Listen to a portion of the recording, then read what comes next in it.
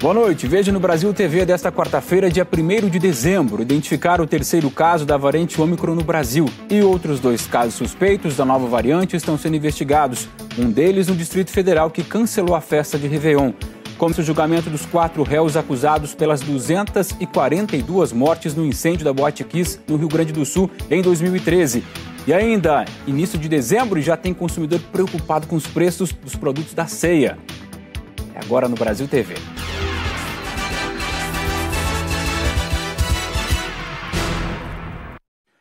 O terceiro caso da variante Ômicron aqui no Brasil foi confirmado hoje de manhã. É um homem de Guarulhos, cidade da Grande São Paulo, que chegou ao país no fim de semana. O homem de 29 anos foi testado no aeroporto de Guarulhos assim que chegou da Etiópia, no último sábado. Ele está vacinado com 2 doses da Pfizer e não apresentava sintomas. O homem está bem e isolado em casa, em Guarulhos, na Grande São Paulo. Equipes da vigilância sanitária da cidade estão monitorando a situação dele. Este terceiro caso da variante Ômicron foi confirmado hoje pelo Instituto Adolfo Lutz. Ontem, outros 2 casos já tinham sido confirmados no estado. Um homem de 41 anos e uma mulher de 37 que estavam na África do Sul no último dia 23. Eles são missionários e vieram visitar parentes. Eles moram e residem lá. No mês de agosto foram vacinados com dose da Janssen. Imediatamente nossas equipes passaram a monitorá-los. Eles entraram em isolamento, cumpriram o isolamento na casa de familiares, onde estão até este momento. Os 2 vieram para o país antes de começar a valer a portaria do governo federal, que fecha a fronteira para voos vindos da África do Sul e outros 5 países africanos: Botsuana, Eswatini, Lesoto, Namíbia e Zimbábue. Ontem, uma reunião no Palácio do Planalto com representantes da Casa Civil, Ministérios da Saúde, Justiça e Segurança Pública, Infraestrutura e Relações Exteriores, foi discutida uma recomendação da Anvisa para fechar a fronteira com mais 4 países: Angola, Malaui, Moçambique e Zâmbia. Em nota, a Casa Civil diz que, na reunião, os representantes decidiram que há necessidade de mais esclarecimentos sobre a situação epidemiológica nos 4 países, antes de tomar alguma decisão sobre a recomendação da agência sanitária. O passaporte da vacinação para entrar no Brasil não foi colocado em votação na reunião e nem citado na nota da Casa Civil. Segundo especialistas ouvidos pelo JH, o que mais preocupa neste momento é saber se a Ômicron tem capacidade para driblar as vacinas. Uma característica chama a atenção: a Ômicron é a variante com o maior número de mutações, mas ainda é cedo para avaliar se, de fato, ela vai ter algum impacto no número de contaminados e na gravidade dos casos. Por exemplo, a variante Beta, que nasceu na África do Sul, nós tivemos 2, 3 casos no Brasil e nunca mais. A gente não pode assumir e criar um pânico que essa é a super variante, que ela vai chegar e que todo mundo vai se infectar e que a gente vai ter uma terceira onda, no caso, seria no Brasil, 4ª onda, como está se falando em outros lugares. Não podemos assumir isso. O médico sanitarista e ex-presidente da Anvisa, Gonçalo Vecina, também vê com atenção esse avanço da variante Ômicron e acredita que o essencial agora é implementar o passaporte da vacina para entrar no país. Nós já exigimos passaporte de vacina da febre amarela para pessoas que venham da onde existe febre amarela silvestre. Então, pessoas que vêm da África do Sul para o Brasil, nós já exigimos o passaporte de vacina da febre amarela. Por que eu não posso exigir, além do passaporte de vacina da febre amarela, o passaporte de vacina contra a Covid? Não há razão para não exigir isso. O direito de ir e vir se submete ao direito à vida. Nós perguntamos para a Casa Civil sobre a questão da implantação do passaporte da vacina por aqui, aqui no Brasil. Mas até agora não tivemos resposta. A cidade do Rio tem um caso suspeito da variante Ômicron, uma mulher que voltou de uma viagem à África e fez um exame de rotina para o trabalho. A prefeitura investiga se a variante Ômicron já chegou ao município do Rio. Uma moradora do Rio que chegou de uma viagem de Joanesburgo, na África do Sul, fez o teste de PCR que deu positivo para a Covid-19. A prefeitura enviou a amostra para a Fiocruz, que está fazendo o sequenciamento genético para descobrir se trata da nova variante Ômicron ou não. O resultado deve sair ainda hoje. A mulher não apresenta sintomas e passa bem. Chegou de Joanesburgo no dia 21. O exame dela foi negativo na data que ela chegou. No dia 29, ela realizou outro teste de PCR de rotina para o trabalho. Esse teste de PCR deu positivo. A gente colheu uma nova amostra ontem à noite. Estamos enviando essa amostra para a Fundação, enviamos essa amostra para a Fundação Oswaldo Cruz hoje pela manhã. E a Fundação Oswaldo Cruz vai genotipar, vai verificar qual tipo de variante estava presente nessa amostra. A preocupação com a nova variante do coronavírus fez Niterói cancelar os shows no Réveillon. A cidade vai ter apenas uma queima de fogos. Aqui no Rio, as medidas para conter a disseminação do vírus com a nova variante incluem a cobrança do passaporte e da vacina para os turistas que quiserem se hospedar no Rio. Algumas companhias aéreas fazem essa exigência e a Prefeitura quer que os aplicativos de hospedagem e transporte também peçam o comprovante aos usuários.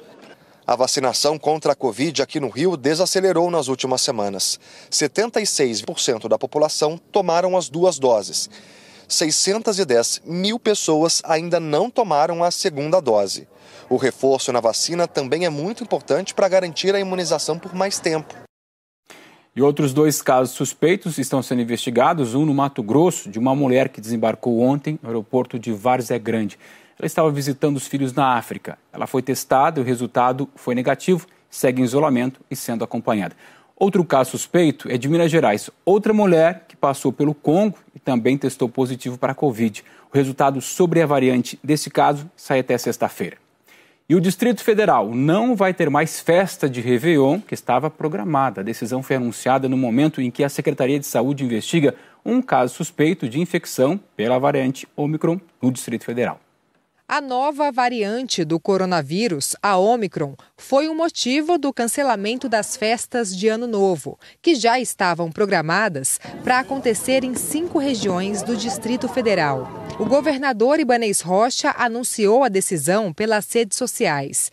Ele ainda publicou que não podemos arriscar um retrocesso no combate à Covid-19. Hoje de manhã, em agenda em Águas Claras, o governador comentou a decisão. Uma decisão exatamente como precaução para esse momento, né? Nós não podemos ficar assustados mais, nós temos que nos vacinar realmente e tomar determinados cuidados que são necessários. Mas nós vamos ter que enfrentar várias variantes, essa vai ser só mais uma delas. Essa infectologista acredita que cancelar o evento é o melhor a se fazer agora. Então, promover eventos onde você vai ter uma grande aglomeração e em locais onde você não tem como controlar, exigir o passaporte ou certificado de vacina, ou mesmo um teste antigênico, ou manter o distanciamento, ou cobrar o uso de máscaras, é algo que vai colocar a população em risco e o preço pode ser muito elevado, as consequências podem ser péssimas. A nova variante foi descoberta em um momento de relaxamento das medidas sanitárias aqui no DF.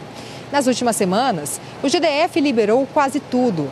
A máscara deixou de ser obrigatória em espaços abertos, não tem mais restrição de público em bares, restaurantes e eventos. Também não existe obrigação de distanciamento nesses lugares. Até então, o governador falava em retomada da normalidade, mas o cenário mudou e a nova variante já causa preocupação. O Brasil tem 3 casos confirmados de infectados pela Ômicron, todos em São Paulo. Aqui no DF tem um caso suspeito que é analisado pelo LACEN. Segundo a Secretaria de Saúde, é um homem entre 40 e 49 anos que veio da África do Sul. Ele desembarcou em Guarulhos, em São Paulo. Em seguida, ele veio para Brasília em um outro voo. Ele não apresentou sintomas, mas testou positivo para a Covid e está em isolamento enquanto o sequenciamento genético é feito. O LACEN já iniciou a análise e o resultado deve sair em 4 dias. Segundo o GDF, o homem já recebeu 3 doses de vacina. A Bahia começou a exigir hoje o passaporte da vacina para visitas em hospitais e presídios. O comprovante também é obrigatório no atendimento em serviços públicos, como, por exemplo, o Detran e o Serviço de Atendimento ao Cidadão. Quem tem os detalhes agora para a gente é o Mauro Anchieta. A partir de agora, todas as pessoas vão ter que apresentar o comprovante das 2 doses ou dose única contra a Covid, com exceção das crianças, que ainda não fazem parte do calendário do Ministério da Saúde. O certificado é obrigatório para visitas em hospitais estaduais e privados, presídios e também para acessar todos os órgãos públicos. Só assim está sendo permitido, por exemplo, entrar nas unidades do SAC, Serviço de Atendimento ao Cidadão, onde as pessoas podem tirar documentos e resolver pendências. Essa unidade fica num shopping de Salvador. Além do comprovante, tem que apresentar um documento oficial com foto. Essa medida se junta a uma outra já anunciada pelo governo da Bahia. A partir do dia 10 de dezembro, passageiros do transporte intermunicipal precisam apresentar o comprovante de vacinação para viajar. É um esforço para tentar frear o avanço do coronavírus nos 417 municípios baianos. Os números da Covid aumentaram por aqui. No fim de novembro, a Bahia voltou a superar a marca de 3 mil casos ativos por dia, o que é considerado preocupante pela Secretaria Estadual de Saúde. Isso não acontecia desde agosto. Lembrando que o decreto é estadual. Agora, cada prefeitura vai decidir se vai cobrar o passaporte vacinal para entrar nas repartições municipais. Salvador informou que está avaliando a medida. Mauro Anchieta para o Brasil TV. Agora a gente conta que começou hoje o julgamento dos 4 réus acusados pelas 242 mortes de pessoas no incêndio da Boate Kiss em Santa Maria, no Rio Grande do Sul. O incêndio foi em 2013. O Tiago Guedes é quem acompanha. Marcelo, o julgamento começou pela manhã, por volta das 9 horas, com a seleção dos integrantes do júri. Foram selecionados 6 homens e uma mulher para formar o conselho de sentença. São essas pessoas que vão determinar se os réus são inocentes ou culpados. À tarde começou então a oitiva de vítimas e testemunhas. São 14 vítimas que vão prestar depoimento e 19 testemunhas. Começando então com as testemunhas de acusação para depois ouvir as de defesa. Não há um período, um tempo determinado para que elas falem. Por isso, os depoimentos podem durar horas. A previsão é que esse julgamento dure pelo menos 2 semanas. São réus nesse processo os 2 sócios da Boate Kiss, Mauro Hoffman e Elisandro Spor, e também os 2 integrantes da banda Gurizada Fandangueira, Luciano Bonilha Leão e Marcelo de Jesus dos Santos. O julgamento acontecendo aqui em Porto Alegre, no Fórum Central, embora a tragédia tenha acontecido em Santa Maria, no interior do estado. Marcelo. A Polícia Federal fez uma operação em 4 estados contra uma organização criminosa que lavava dinheiro de tráfico de drogas. Até o início da tarde, 7 pessoas foram presas. E no Rio houve tiroteio entre criminosos e policiais no Complexo da Maré, que fica na Zona Norte. E os motoristas tiveram que se esconder embaixo dos carros. Equipes do Batalhão de Operações Especiais da PM e da Polícia Federal se posicionaram na linha amarela, uma das principais vias expressas do Rio. A operação foi na Vila dos Pinheiros, dentro do complexo de favelas da Maré, na Zona Norte. Antes das 7 da manhã, começou um tiroteio. Motoristas saíram dos carros e tentaram se proteger atrás de um poste. Policiais também se esconderam. Os 2 sentidos da via ficaram interditados durante 8 minutos. Não há informações de feridos. A operação da Polícia Federal combate um esquema de lavagem de dinheiro e tráfico de drogas em 4 estados. Segundo os investigadores, o traficante mais procurado do Acre, Adaildo de Freitas Ferreira, estava vivendo aqui no Rio, no Complexo da Maré. A polícia foi até a casa de Adaildo, mas ele já tinha fugido. A mulher dele foi presa. Adaildo está foragido desde 2017. Ele comprava grandes carregamentos de droga na fronteira com o Paraguai, de uma família que comprava droga na fronteira do Paraguai, e de lá ele introduzia essa droga no Nordeste. Né? E ele enviava valores provenientes do tráfico para esse núcleo aqui em Rio Branco, e esse núcleo utilizava essas empresas de venda de extintores para lavar esse dinheiro. O empresário Érico Batista de Souza e a esposa dele foram presos hoje. O casal é dono de 7 lojas de extintores. 2 só existiam no papel. As outras tinham poucos funcionários, pouco estoque e quase nenhum movimento. Eram lojas de fachada. Policiais estiveram na casa do empresário em Rio Branco e bloquearam 19 milhões de reais em bens da quadrilha. Os investigados movimentaram mais de 43 milhões de reais nos últimos 5 anos, principalmente em espécie, e ainda investiram em gado e imóveis. A polícia também cumpriu mandados de busca no Amazonas e no Rio Grande do Norte. Na operação foram apreendidos um fuzil, carregadores, uma pistola, munição, granada, drogas e rádios. Os investigados vão responder pelos crimes de organização criminosa, lavagem de dinheiro e tráfico interestadual de drogas. Outra operação da Polícia Federal aconteceu no Mato Grosso para investigar um grupo de criminosos que atuava como um banco para financiar o tráfico de drogas e contrabando e adulteração de agrotóxicos. As investigações mostram que a quadrilha movimentou mais de 500 milhões de reais. Mais de 400 quilos de defensivos agrícolas foram apreendidos pela Polícia Federal na casa de um dos suspeitos em Rondonópolis, no sul de Mato Grosso. Segundo as investigações, a organização criminosa financiava crimes como roubo, adulteração e contrabando de insumos agrícolas, muito usados nas plantações do estado. Eles se valiam de empresas fantasma, portanto empresas sem funcionários registrados, com endereços inconsistentes, e também da figura das pessoas interpostas, os famosos laranja, como forma de dificultar aí o rastreio da origem e destino dos valores circulados por esse grupo. No total, 29 mandados de busca e apreensão foram cumpridos entre Rondonópolis, Cuiabá, Paraná e Pará. 4 pessoas foram presas em flagrante por posse ilegal de armas e armazenamento e manipulação irregular de defensivos agrícolas. Além de armas, também foram apreendidos 10 carros de luxo. Os suspeitos, apontados como chefes da quadrilha, segundo a polícia, ostentavam bens que eles não têm renda para comprovar. O grupo, como um todo, movimentou mais de R$500 bilhão de reais, durante as investigações, durante o período analisado, melhor dizendo, e somente entre o alvo principal e o segundo foram movimentados mais de 220 milhões de reais. Então, a julgar pela renda declarada e pelas atividades lícitas que eles desempenhavam, isso aí claramente era incompatível com o montante movimentado. E 15 toneladas de agrotóxicos contrabandeados foram apreendidas numa operação de órgãos federais. Boa parte do produto estava armazenada em um galpão em Santos. A primeira carga foi interceptada em Goiás. O caminhão estava carregado com o agrotóxico.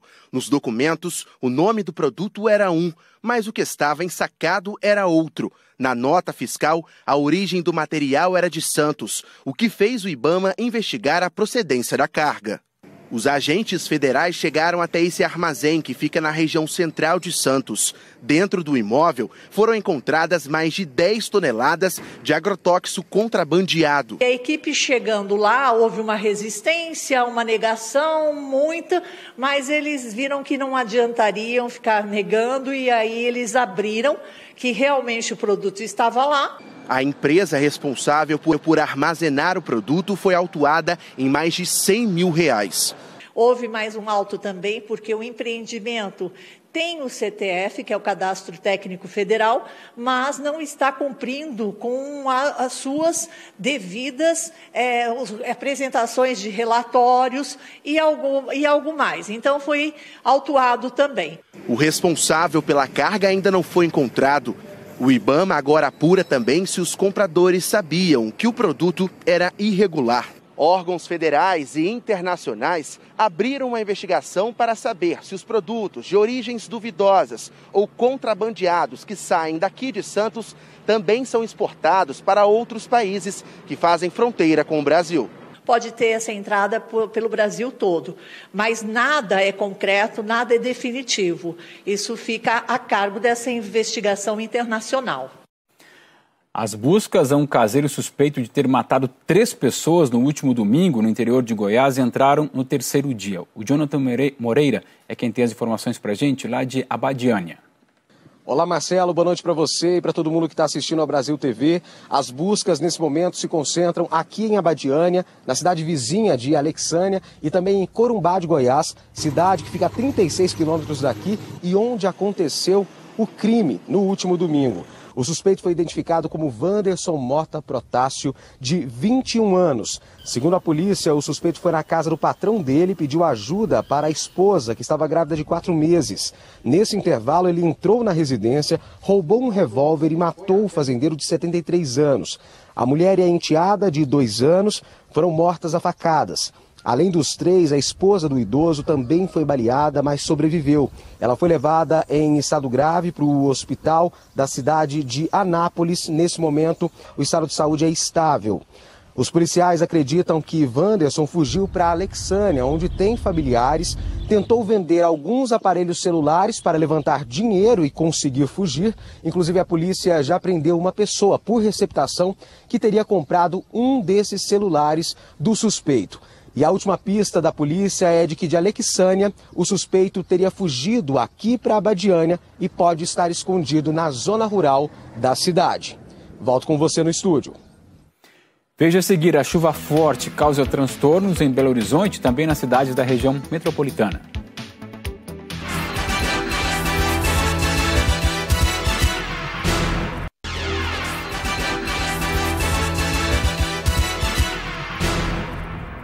Brasil TV de volta com um alerta de risco geológico emitido hoje pela Defesa Civil de Belo Horizonte. Com previsão de chuvas fortes até sexta, os moradores de área de risco precisam ficar ainda mais atentos. E olha que essa notícia vem logo depois de um temporal que foi ontem por lá. Não deu nem tempo da capital e cidades da região metropolitana se recuperarem direito. Hoje cedo ainda dava para ver o buraco que a raiz desta árvore que tombou deixou na terra. Tinha folhas e galhos por toda a Praça Economista no Santa Mônica. Dava até para se ter uma ideia do que foi o temporal que atingiu a região de Venda Nova. No bairro Piratininga, em Venda Nova, moradores ficaram sem energia depois que partes de um telhado atingiram a rede elétrica. No Dona Clara, na Pampulha, a Isabel Bueno ficou alagada. Como tem previsão de mais chuva para os próximos dias, a capital está sob alerta de risco geológico. Cidades da região metropolitana também sofreram com temporal. Em Nova Lima, sobrou para o presépio montado na Praça Bernardino de Lima. Os reis quase caíram na manjedoura do Menino Jesus. Árvores de Natal vieram abaixo. Na rua Laura Magalhães, olha a enxurrada que se formou. Essa moradora da rua Santa Juliana, em Matozinhos, passou aperto com a água invadindo onde ela mora. Se dentro de casa tá difícil, imagina a vida de quem pegou chuva no ônibus. Passageiros da linha 521C, que liga Justinópolis ao centro de BH, tiveram que abrir o guarda-chuva para se proteger das goteiras. Até o motorista de Betim enfrentou dificuldades. Uma das entradas do bairro Decamão ficou fechada. O muro caiu, atingiu um poste e, por precaução, a CEMIG isolou esse trecho da Avenida Amazonas. Tinha risco de acidente. Quem passou por ali teve que dar a volta para acessar o bairro. Vamos às explicações. A Prefeitura de Nova Lima informou que está fazendo obras de drenagem pluvial na MG 30 para acabar com as enchentes na região. Falou também que o Serviço de Limpeza Urbana já foi acionado. E o presépio da cidade, que a gente viu na reportagem, vai ficar um tempinho desfalcado. A Prefeitura falou que os anjos deixaram a praça para serem reparados, mas que voltam daqui a pouquinho. E enquanto isso, as outras peças estão sendo reposicionadas. Tá ligado que hoje é 1º de dezembro, entramos no mês, né? Mês que tem festas de fim de ano, tem ceia de Natal e já tem gente preocupada, muita gente preocupada, porque é o momento que as famílias se reúnem. E tem produto como frango que teve um aumento de quase 30% no preço do ano passado para cá. Se durante todo o ano os preços nos supermercados assustam o consumidor, agora então... Assusta porque está aumentando demais, principalmente a carne. Tem razão, dona Wanda, as carnes estão mais caras mesmo, ainda mais no mês de dezembro, com as ceias de Natal e Ano Novo. Entre as aves, o peru costuma ser o mais caro. Neste supermercado que fica no Cruzeiro, entre diferentes marcas, o preço estava na casa de R$ 125. O Chester, cerca de R$ 100. Mesmo o preço médio do pernil suíno. Agora, até o bom e velho frango, que sempre foi uma saída mais barata para ceias de fim de ano, também está caro. Filé de frango a R$ 20, gente, isso não existe, né? Segundo uma pesquisa feita pela FGV, em um ano o frango inteiro teve alta de 27%, a carne de boi 18%, ovos 20%, azeite 13% de aumento e bacalhau 8%. Brasília também registrou a maior alta no preço médio da cesta básica de alimentos. Os preços da batata e do tomate foram os que mais pesaram no bolso do consumidor, com altas de 15% e 40%. A pesquisa foi feita em 17 capitais pelo Departamento Intersindical de Estatística e Estudos Socioeconômicos. Esse recorte específico do DF mostra que, em agosto, a cesta básica custava R$ 575. Em setembro, pulou para R$ 590 e, em outubro, chegou a R$ 597. Até osso hoje estão vendendo. Pé de galinha, preço lá em cima. Antes, ninguém queria pé de galinha, jogava fora. Hoje está aproveitando tudo. A inflação dos alimentos também dificulta as doações nessa época. A Ruth diz que a ONG que ela coordena sempre compra cestas básicas para doar. Mas este ano, por causa do aumento nos preços, ajudar famílias vulneráveis está bem mais difícil. As doações têm caído, a situação das famílias tem ficado difícil, tudo por conta dessa grande alta do preço dos alimentos aqui no DF. E famílias carentes contam muito com esse tipo de ação. A gente entra no mercado, olha e volta, fica só na vontade, compra só assim, o básico, medo do básico, né? Porque nem isso eu estou comprando. Pois é, tá tudo muito caro, né? O Brasil TV fica por aqui, outras notícias logo mais no Jornal Nacional, que é às 20h30 da noite, sempre pelo horário de Brasília. Para você, uma boa noite e até amanhã.